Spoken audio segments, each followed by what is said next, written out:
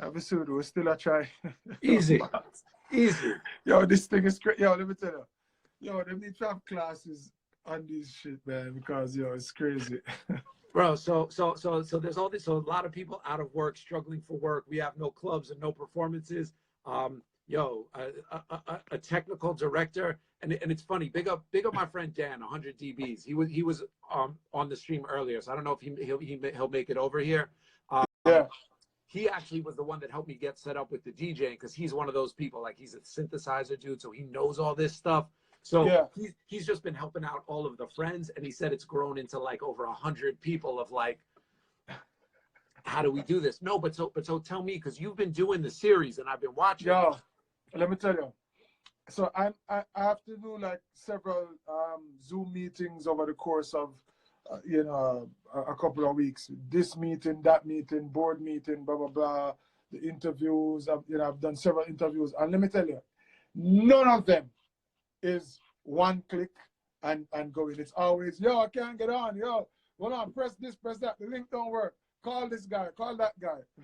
But it's so funny because this is like I was saying, as I'm in there and we're waiting for you and people are coming and we're having technical difficulties, and it's like I'm the type of person that like you've been on my radio show when we've done it, sat there in the room. There's a producer, there's an engineer, like there's like and that's how like I No, really like it. that's how it was intended to be. In other words, here we are trying to play all of these roles, and let me tell you, I'm a real Neanderthal when it comes on to these things. No, I'm caveman levels. Trust me, it's crazy. No, but it's funny because so like and I'm a bit of a perfectionist when it comes to that stuff. So like I'll get anxious in the studio if something's not working right and be like, yo guys, let's da da da da da. But so it's funny that now that everything is this and it's like this, I become kind of like a Zen master. I'm just like, hey guys, I'm literally like, you know what? We might not end up having this interview today. It'll be fine. Like we're like, hey guys, we're just because you know what? Because everyone's in the same boat. Everyone's like you're watching on your phone, like watching these. I love to see what the good Wi-Fi spot is in people's homes. Like you've been doing this long enough, like where you can sit and it'll work and it won't work. Yeah. No, so the studio here, of course, I had to well, before this whole COVID stuff, like we had to really make sure that the internet here was legit. I mean, if I could get to an Apple store, I would get this attachment for the phone that would allow me to plug Ethernet directly to it, and then I'll be like the master. Whoa, wait, to plug Ethernet directly into the phone? Yeah. There's a certain chain of accessories that you need to do that. You know what Apple do, Yeah. 10. Well, under normal circumstances, I would say I'd be happy to carry that down for you, but yeah man, different. Oh, by the way, I made sure I wore the camo today. You don't know, just I mean, in solidarity. Respect. I at this point I don't have any choice to wear anything other than camo because it's all that I have. So if someday I decided no more camo, I'd have to burn my whole wardrobe and just start over. Re-up.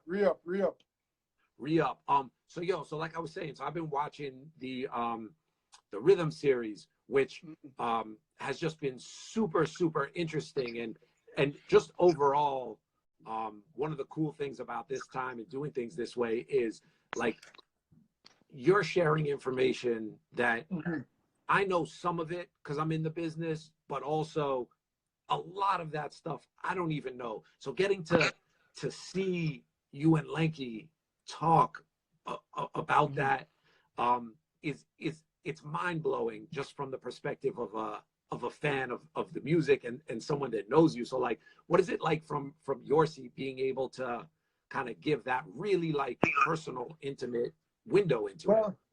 Well, anybody that knows me personally knows that I'm the best person to tell a secret because I'm more likely to forget.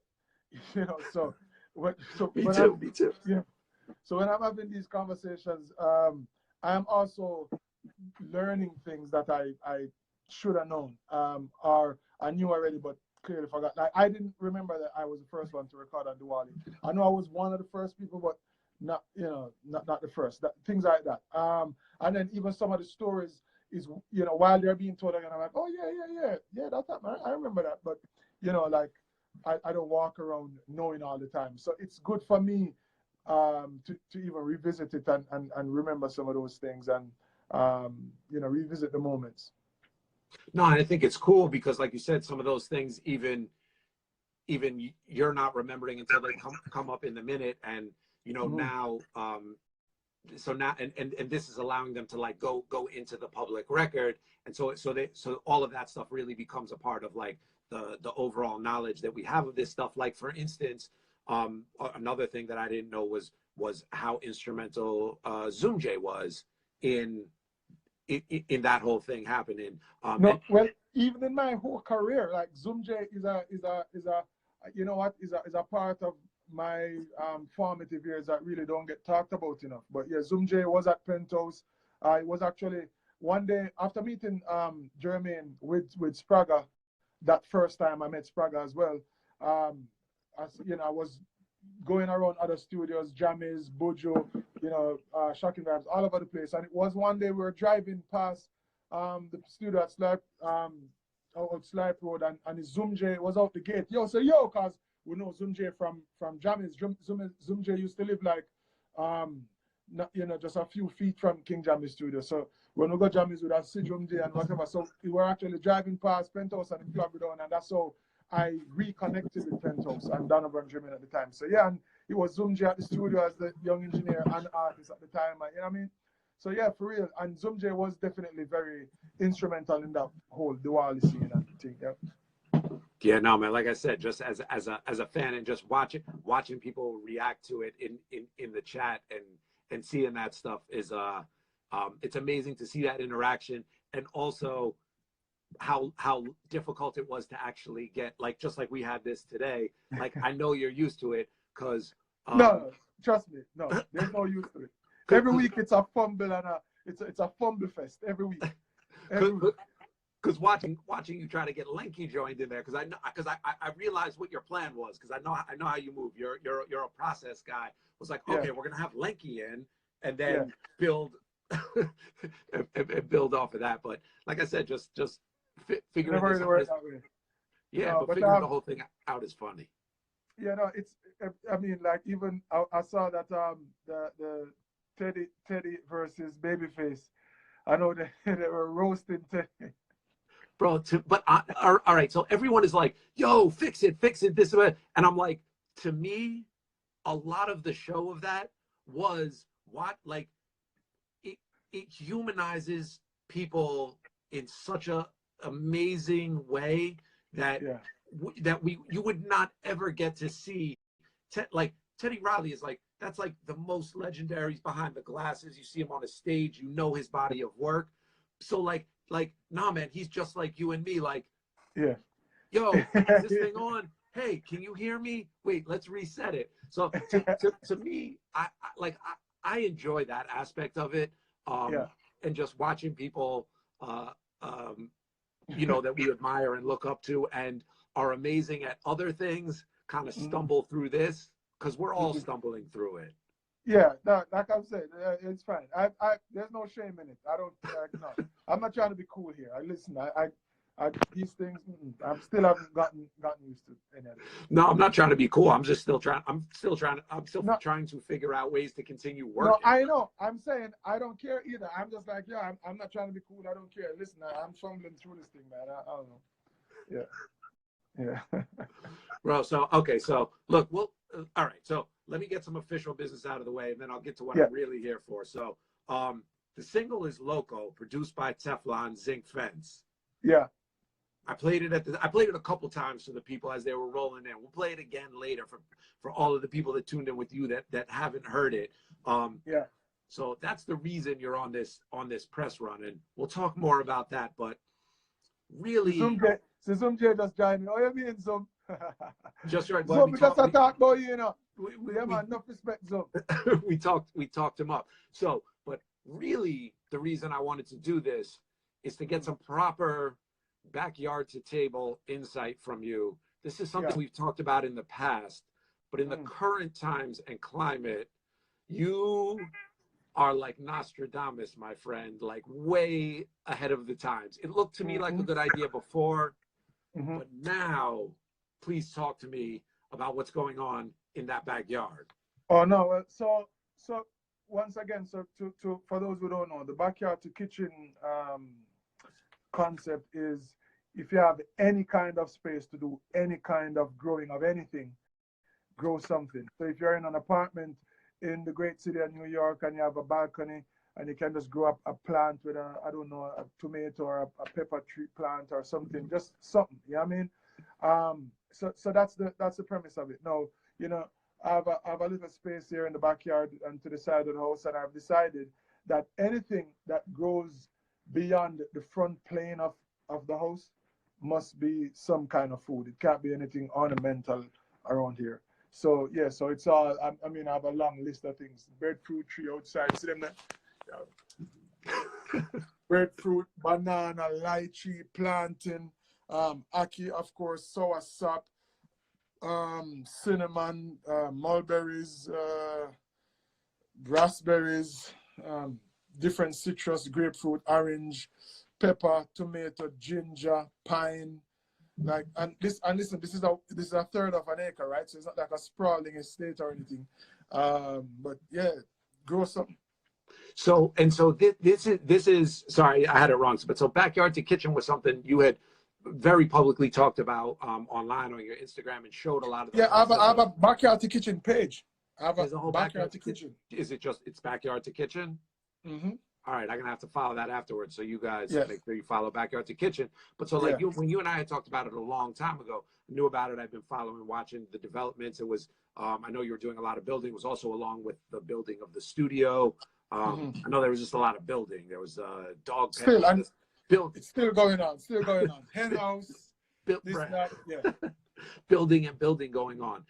But you being on that move of wanting to grow food on your own land goes back to a time of when, like, literally now there's a concern of like, oh man, there could definitely be like legitimate disruptions in the supply chain of like daily staples and supplies that we need. So now it's really now I think a lot of people are becoming aware of it as something that could be like really essential. Whereas, you know, when you started this, you started it from a different place even. Not really. I mean, I'm a doomsday prepper neatly. Like, you know, I don't have a bunk on with years worth of food or nothing. But being on the island, right? But whenever there's a hurricane warning, people descend on the supermarkets, and it's a mad rush and things like that. And so I just feel like it would be irresponsible of me, with a young family, to not be able to at least like I do rainwater harvesting as well, because you don't want to be in a situation where you can't even survive for 2 weeks without the services of the state. You know what I mean? So balance things when we can cut a banana and eat banana and butter, banana alone, boil some banana. You know what I mean? Like banana, ackee, breadfruit, roasted breadfruit, something like, you know what I mean? So that's just the basis of it. And it's times like now that other people see the necessity of it, but it's a no-brainer to me. Yeah, you're like, I told you so. I know, more like, guys, come on, man, like it's not from a place of arrogance at all. It's just like, guys, what are we doing? This is something that we need to be doing for everyone's benefit. Because let me tell you something. If one man having backyard to kitchen, it will be no good to him, and everybody decides, yo, we want your food. We want your things. You know what I mean? No. I encourage, the more people do it, the better it is. No, for real, because from watching the start of it and the development of it and the fact of you putting it on your page and even setting up that other page and doing it, it was clearly, it was definitely inspiring to me as someone who I haven't really grown food, but I definitely I like to have my plants in the house. I like to have green actually growing in the backyard. So like I'm half a step there. So it's inspiring. So like herbs, you could start with herbs then. And when I say herbs, I mean whatever we call it. Come on, the fancy names, the the Basil time. rare, yeah, about Yeah, all yeah, of yeah. those things. Yeah, you know what I Yeah. mean. And let me tell you, there's not like I can't think of a much more rewarding feeling than taking something that you grew from the get go and finally you know, like have it on your table. Like that to me is very fulfilling. So yeah, good vibes. Yeah, Yeah, man. tastes better too. Somebody say tastes better too. Popcorn, that's a wife. Anyway, next argument. But right, no. But and you know what's in it, you know what grew it, and you know where it came from. So just on a that's on a non-prepper everyday basis. Yeah, You absolutely. know where. No. You've got it secured. You've got the food growing in the backyard. You've got your own studio. You might be Jamaica's first doomsday prepper. Maybe, man. Yeah, I got hens in the hen house, man. Yo, someone talking about they got bitches in the house. I got hens in the hen house, man. Yeah. And I got bitches in the kennel. I got bitches in the kennel and I got hens in the hen house. Oh man, this is where you're making me feel woefully unprepared for what's going on. No, but it's interesting because it's just it's a whole different set of challenges, not just being in a city, but being in New York City, Yeah. and trying to kind of like maneuver the things. But you know, I have some space and you know, stocking up as much as is feasible. That's the interesting thing for a lot of people in urban areas, and even in Jamaica, people who live like densely packed. One, not even having forget about the ability to grow stuff, but the ability to even store significant amounts of stuff, Yeah. and kind of keep it together. So yeah, no, it's good. It's good for everybody to learn about that stuff. So, well, in the meantime, since a lot of people have joined in since, can I play local again? Yeah, man. Music. Talk All about right. All right.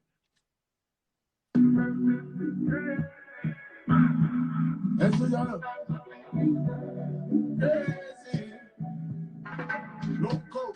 The guns coming in by the boatload. Juvenile, them a run no bro. Hey. Family three of them a bro, so now them can't bring them in a so. A new generation a come up now. As them get a bus of badness, them a shock now. Celebrate, because them don't give up, no. Possessed by the spirit in a them cup now. Searching for love from the likes of the photo. I'm a Joe, no shit a go pro. So she should have video with a GoPro. Music space from post now. I read that news, now my big fish and a GoPro. Say him a go mash up and show Joe.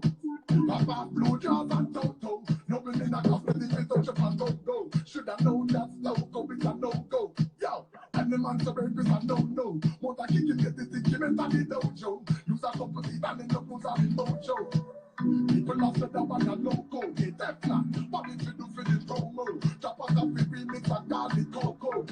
They shoot the video in a slow-mo. Yeah, we go in a got this here and no go slow. Throw the one that's on my in a wind down road show. When yes, we stand them is loco. Me go up beside the river, must sit that make it flow so. Loco. Mad. Loco. Yo, big up Pete, trying to scratch them there. Yo, go in. Wheel up. Yo, you know what? So I want to talk about the song. Well, big up Portia. How you doing? One of the other really funny things about this that I've just learned to accept is we're all slightly there's a slight latency, so we're all hearing it like so like you're moving your head. That's why I don't try to sing along because yeah. But so again, under normal circumstances, that would get me vexed. But honestly, I've been watching it so much that right now I'm just like, yo. Yeah, no, good vibes. But yeah, boy, it's Teflon on that track, yo. Man. Yeah. So like, it's so interesting that every time you come out with new music, like to me, it's really unexpected because I think I've actually interviewed you kind of at each of these steps, which was going back to Theory of Reggaetivity, coming at a time when you were coming off of all of those hip hop features and this kind of like much bigger international awareness, even though none of those were your songs, but at least your voice, the sound of your voice had this different type of exposure. Mm-hmm. And then you came with a reggae album, which Mm-hmm. was very unexpected. Yeah. And then the Hope next River. album is just different again. Bless up, Teflon is here. Yeah, man. Oh, you mean zinc fence in the building? Yeah. Yes, Teflon. And so then the next album also just like a very different, unique. So I would have thought like, okay, cool. Okay, so you did your reggae album. Now you're gonna do your dance hall album. But that didn't even feel like it didn't feel like necessarily a dance hall album to me. It was like just a really unique Agent Sasco sounding album. So, all right. So to try to make sense of it, I have to create what I'm feeling at the time that I'm feeling it. You know. So coming off those hip hop collabs, I mean, I wasn't going to then just turn into a hip hop artist, you know. And if let's say I had a certain access to the producers and whatever to then create that sort of music, then that's what I do. Like, you know, but at the time, yeah, I got those features and, you know, the stories behind them. It was sort of some, you know, tangential kind of thing. So I didn't have the system to produce the work that would support that kind of thing. So I did a reggae album, and you know, that's what I was feeling at the time. And then you know, Hope River time, once again, I just completed the studio, and working on Reggaetivity sort of led me to or pointed me towards Hope River in terms of, you know, figuring it out closer to like the type of work that I need to be doing to serve my audience. And so that's what Hope River was. And still, at each stage, I understand that this is not the destination. This is still figuring it out. You know, we just finished watching the Michael Jordan series. I'm still working out getting over the Pistons. That's what I'm doing right now. You know what I mean? And I think I'm hoping, and of course the rest of the team, I'm sure, is feeling like this is going to be that first championship, this project. So what's the extent of the project then? Because for now, all people know is Loco out tomorrow or Friday, right? Tomorrow? Yeah, so tomorrow. Yeah, tomorrow. Mm-hmm. So Loco is out, downloadable, streaming everywhere tomorrow. Yeah. So what is this the start of in this kind of next term? So there's a project coming out. It was 5 tracks a week ago, and now it's 6. And so every time Pierce sends me a new beat, or Teflon's supposed to link me again. If Teflon link me, I will find 2 other bad things that we might have to put up on the project, and next thing you know, it's 8, and then next thing you know, it's 10, and we'll have to drop a album instead of EP, you know. But there's a project on the way, and as of now, it's 6 tracks. If it will remain that way, you know, who knows? But the vibe is definitely more of them thing, you know. It's I think the difference between this and Hope River is that Assassin gets more feature on this one. There's definitely, you know what I mean, so that even Local is a you know, a really Assassin / Sasco track. And then there's even a track, Assassin versus Agent Sasco, on the project, which is, you know, both are being featured on there. It's a collab of Assassin and Sasco, you know. No, for real. Like, there'll be a different vocal treatment and everything for the different artists. And I think it would be fun for people. I think I'll have some sort of challenge for people to identify the line of each character, and I don't know, we could do something with that. That's dope, and hopefully it's you know, reggae artists are notoriously hard to get for features, so hopefully you had no problem getting yourself to feature on your own project. So no, Assassin was a little bit difficult to deal with. You know, these young artists, that's all. But we got him to agree, and paid him a good sum, and yeah, it's all good. Wicked. Anything else you could tell me? So who else was involved in the production on it? All right, so there's Teflon, Bridging Riff Raff, produced one of the tracks. Toddler T is on there. Some guys from Brazil, Trap Killers, and Fanatics out of the UK. And no, of course, you know, Teflon produced Loco. So 6 true, let me see. Oh, the last tune now, the last track. I don't know. I just get the beat from Pierre. I don't know what the producers, but it's banging. And then who else? And then artist-wise, I have Chronics on a track. I have Cranium on a track, and I got the great Speezy, Sean Paul on a track as well. So yeah, good vibes. Yeah, and of course we have Assassin on one of the tracks too. So and Assassin, very much heavy hitters and all family too. It's dope. When I jumped back on doing these interviews on IG Live 2 weeks ago, Sean Paul was the first. And it's interesting. He's one of those artists that just is always there for the support, man. Like the realist. Yeah, man. realist. Yeah, man. Big up Sean Paul. Just real clean out, good youth.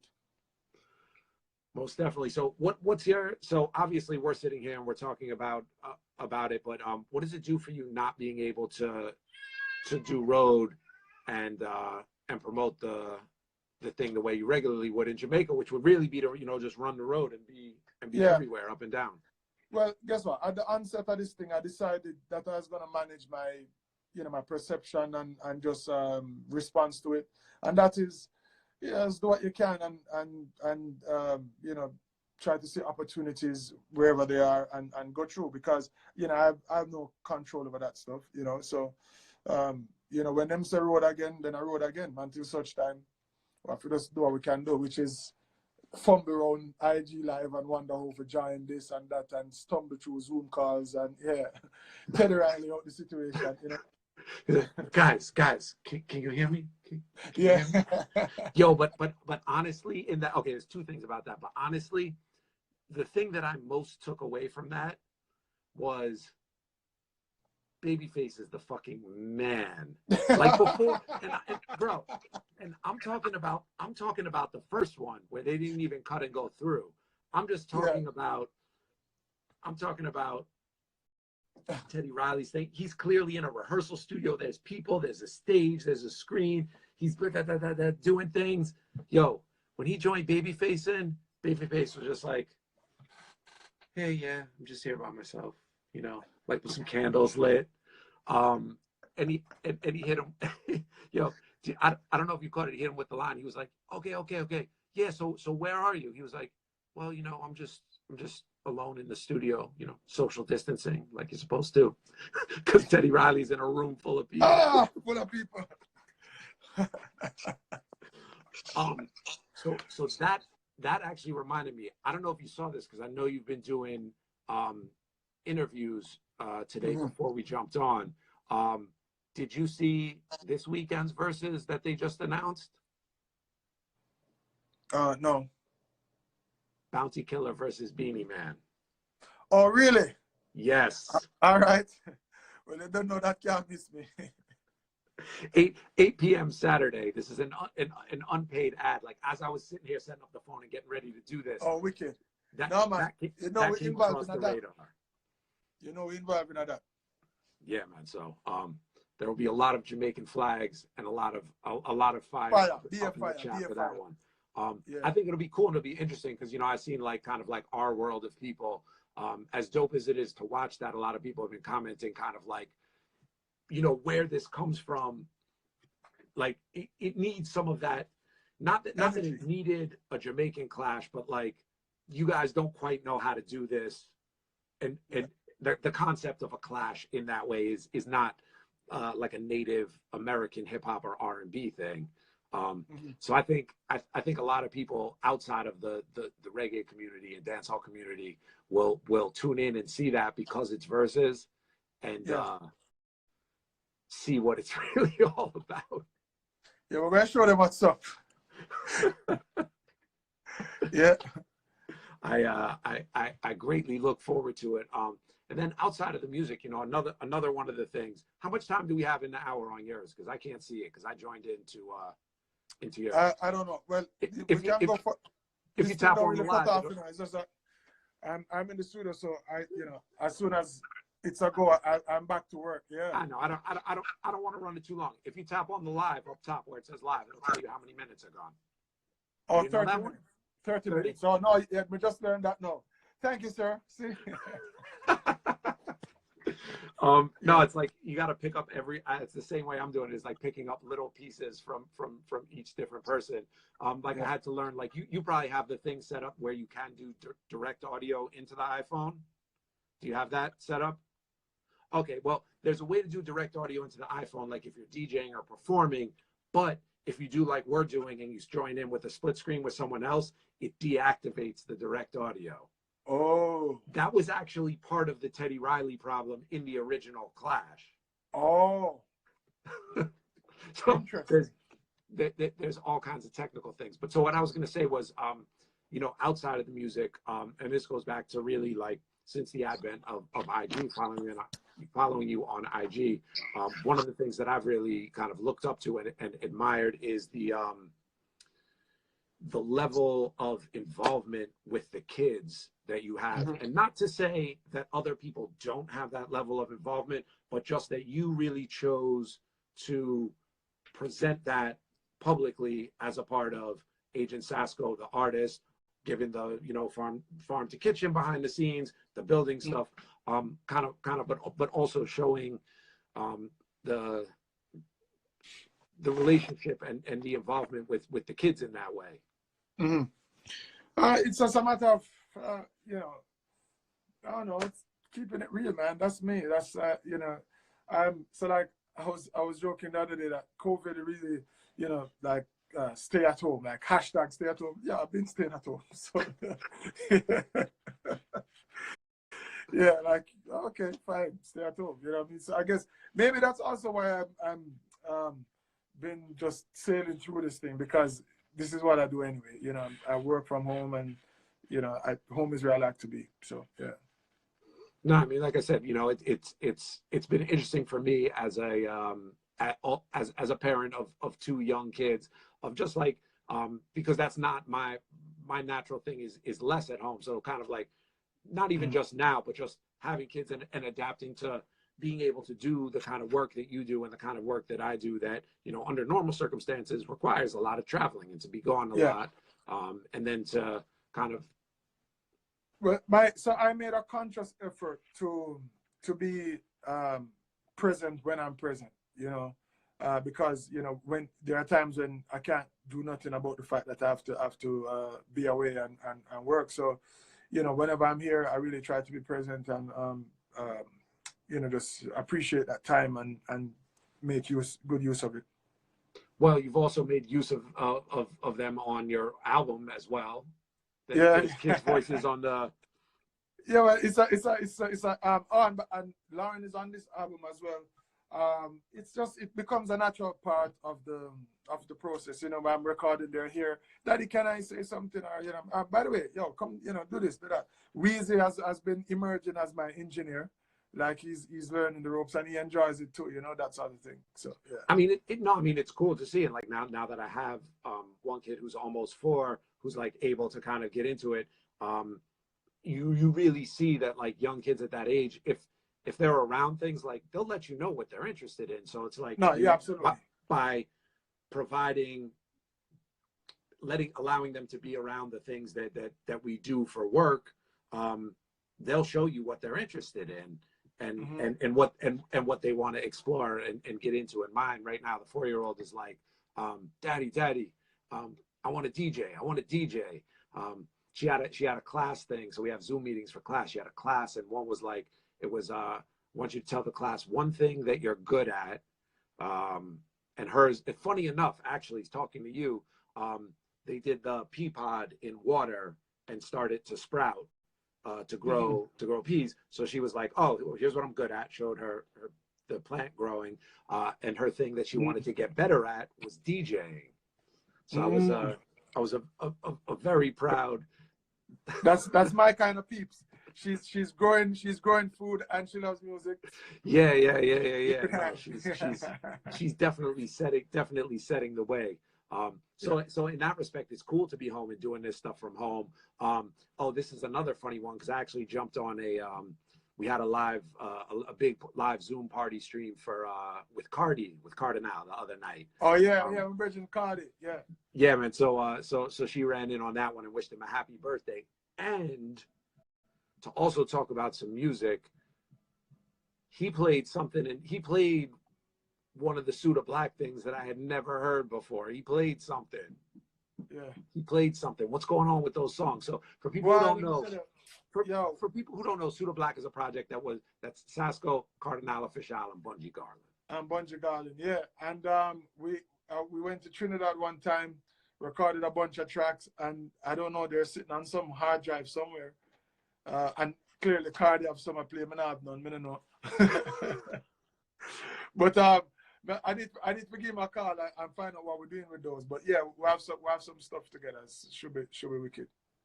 That's and also, like you said, we talked about Zunje. You mentioned Spraga, and everybody knows the Spraga link.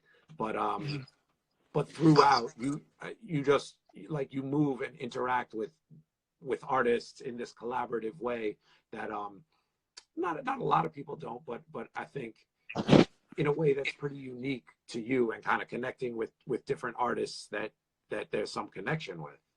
Yeah, I'm good with most folks, and it's just, I think it's just better that way. I think it's better for the music when we can work together. You might not be having a beer with somebody, but yeah, at the same time, when it's work time, we can work and understand that the music is the primary objective, and seeing it forward and just contributing whatever way we can. So that's just been my approach to it. And yeah, it's been a good experience to share ideas and just share this music that we love so much with different people, and see how different people work and learn from them as well. I'm always a student of the music and things, so yeah. And so like in a setting like that, like you, Cardi, and Bungie, especially, like, do you find that elevates your level of lyricism? And is there some of that friendly competitiveness happening there? Well, so no matter what the situation is, I'm always trying to represent the music in as best a way as I can.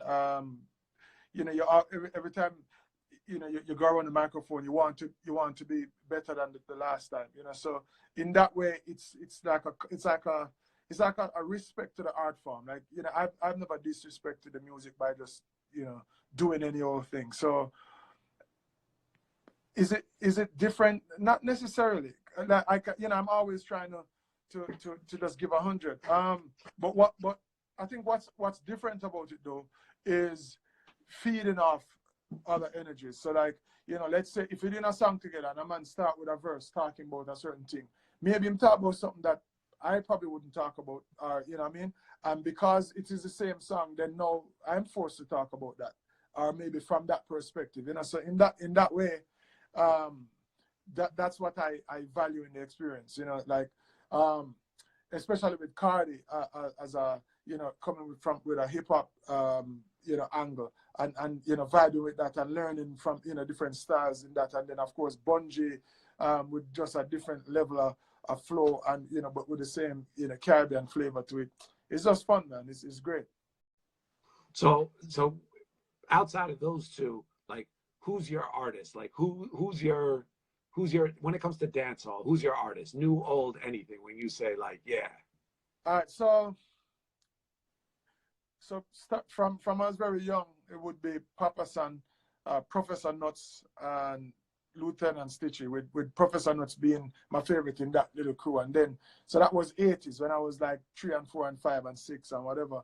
And then by the time, Shabba, and Shabba came out, and then as I grew, it started to become more about the music than the individuals, but still throughout high school, Bounty Killer, Spraga Benz, my artists, them, and of course Buju, for Buju's entire reign throughout the 90s, and when from Ballad Buju to Rasta Buju, all of that. But like I said, the more I grew, it became more about the music, and so like the contribution of anybody who is contributing in a significant way just became important to me. People like Major Worries. I went and I studied that style as well. Caperton, Sizzler, Beanie Man, you know what I mean? Like, I started to just learn different styles, because if you remember some old Kung Fu movies, when you used to have different style, the crane style versus the tiger versus the this, the that, blah, blah. I figured that pretty much dancehall is very much like that, or reggae music, or any music, and it serves you to learn the different styles. So I've been a student of all those styles, and you can pick from each of them when necessary. I mean, it's interesting because I think that's somewhat of a man, Baby Wayne. True. Somebody mentioned Baby Wayne a while ago. Yes, I would have. Dread Star, yeah. Me did say Baby Wayne. Yeah, Baby Wayne definitely. You didn't say Baby. I didn't say right? Baby Wayne, but funny enough, now that you push it in and you're like, yo, Baby Wayne.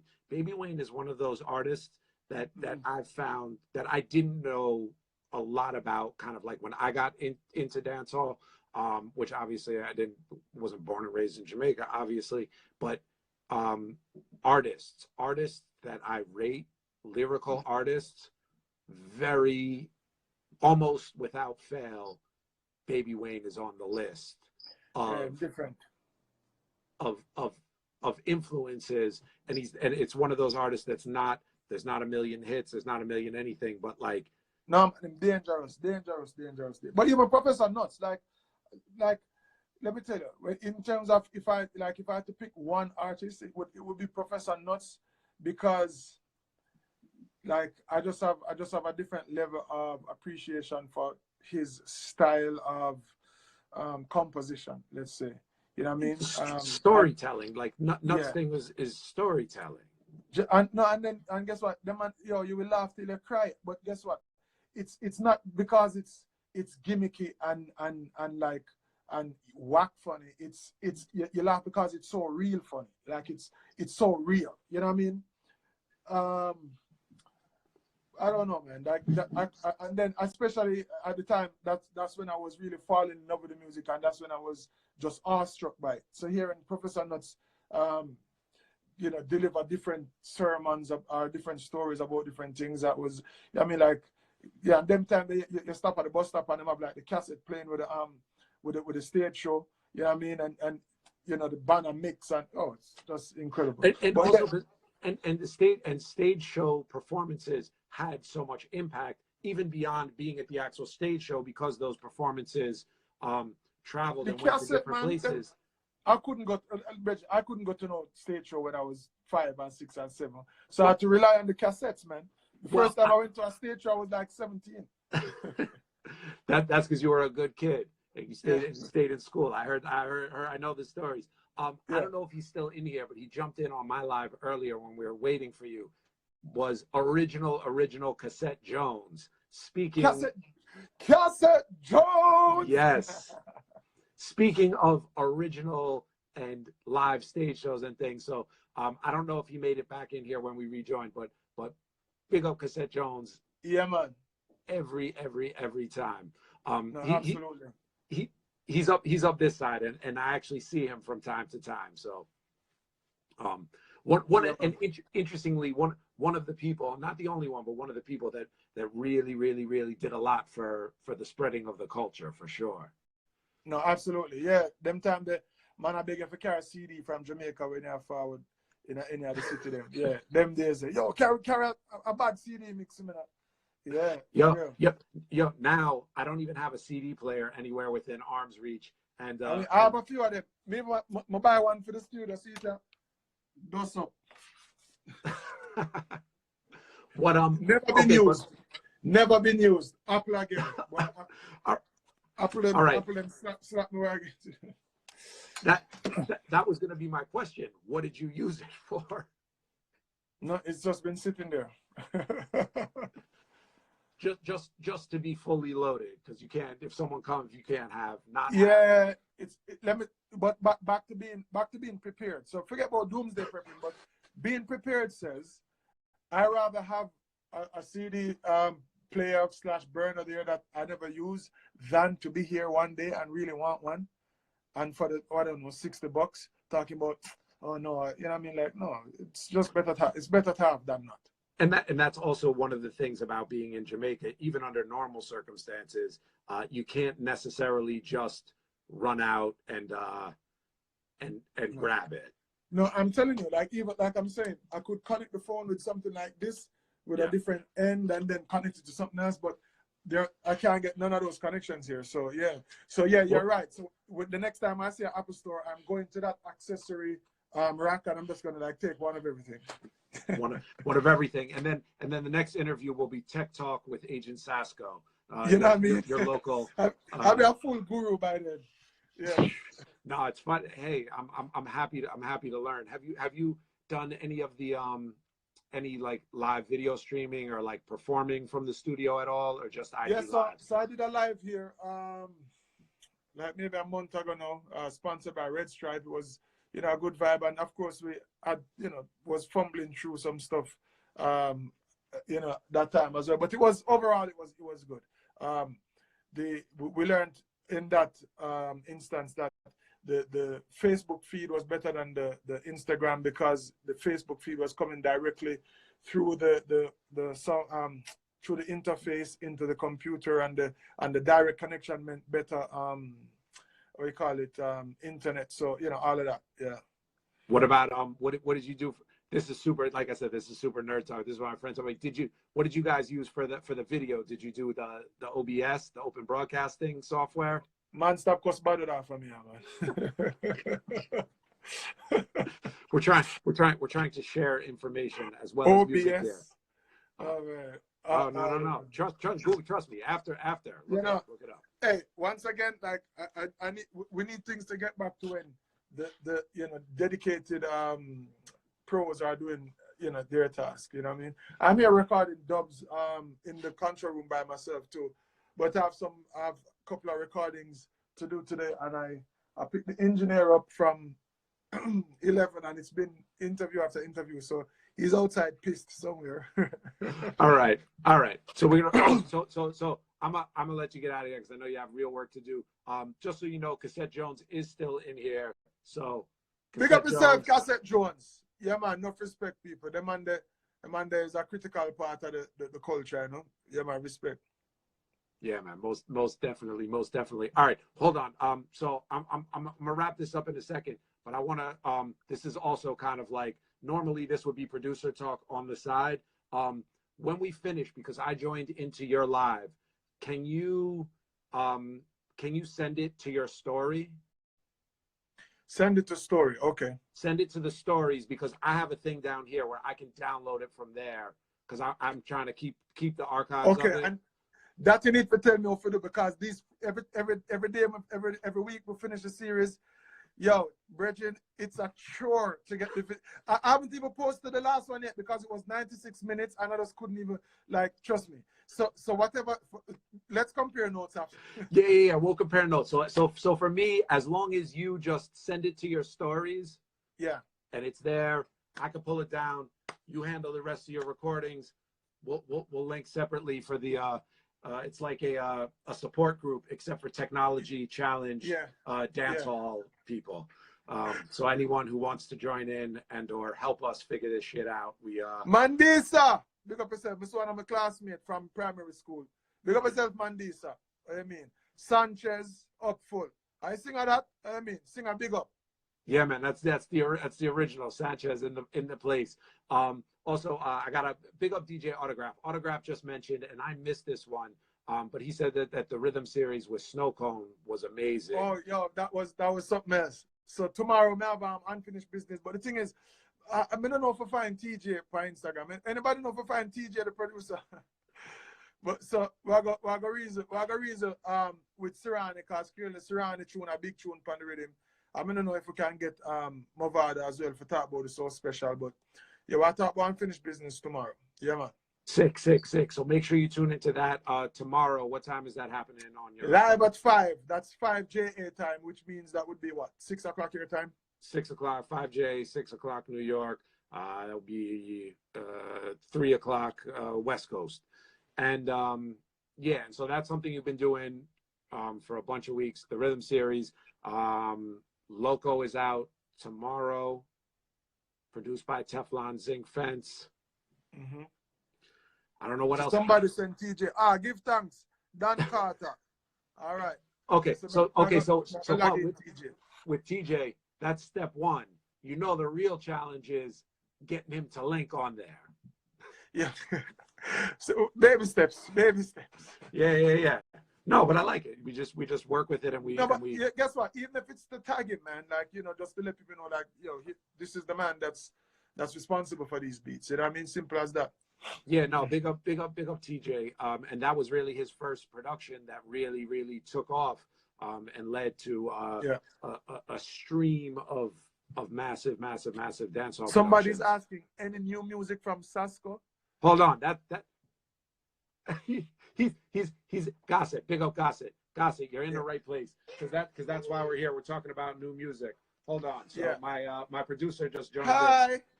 Charlie, you want to say hi? Hi, Mr. Mr. All right, Sasco. Charlie. I've never been called that before. No, I want to hear her say it. Say Can you Mr. say Sasco. Mr. Sasco? Hi, Mr. Sasco. All right. So my producer, my boss, just came in and said she gave me the rap it up. signal. So All right, boss. So All right, boss. So to anybody asking about new music, that's why we're here. So you're gonna finish this off and end it. Send it to the stories for me, but I'm gonna run this one more time from here. When it's done, we are out of here. Sasco, bless up. Thank you so much for joining in. I hope everybody enjoyed themselves. And wait, hold on.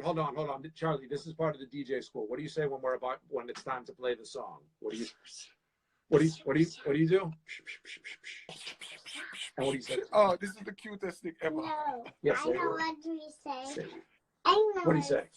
Pisa, pisa. Yeah, I just be a black child, but she know what's about to go. She know what I got. That one named the Charlie Black.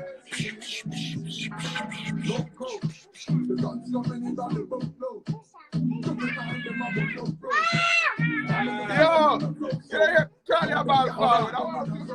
Next one is here. Full out.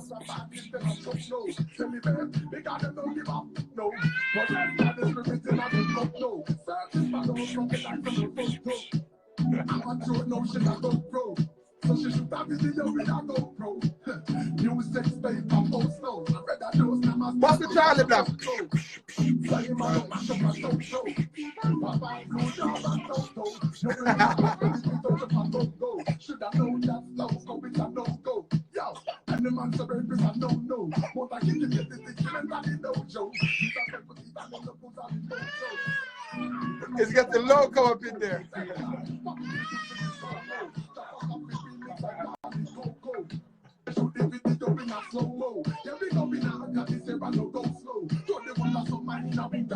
Man's a crowd, ain't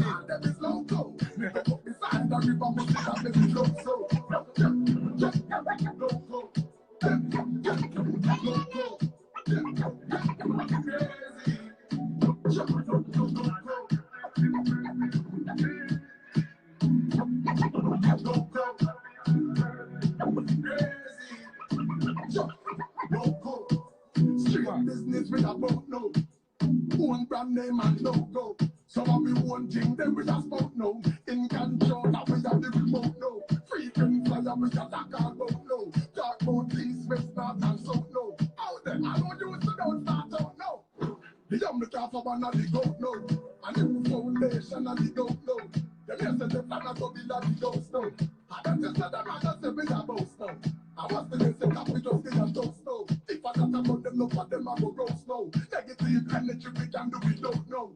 So tell bad mind like off them mode, no. Not another word easily down, go. No,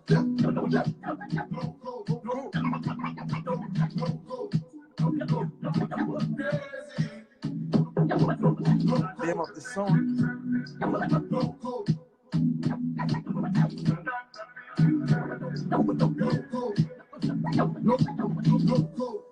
The guns coming in on the boat low. Pick up yourself, Joshua. Family three of them no grow so. No them can't put them in a so. Another generation a come up now. Say that they never did so they think we don't look no. That they don't give up no. Possessed by the spirit in a them cup no. The rhythm done so me a cut no. Man, Loco Massive, out tomorrow. Check that. Get that. Up for. Pick up yourself in a Max. Yeah, bless up. Thank you so much, man. I really appreciate save the it. story. Post the story, right? Yeah, when you so end that will it, come up when it got end. yeah, when you end it, send it to story, and then you know. All right. Massive love and respect, you know. You don't know. Local tomorrow. See? Out and about. Up full. Tara, I see you. Blessed. Jasmine, big up. Jigga 876. Up full. Yeah. Max. Out. Bless.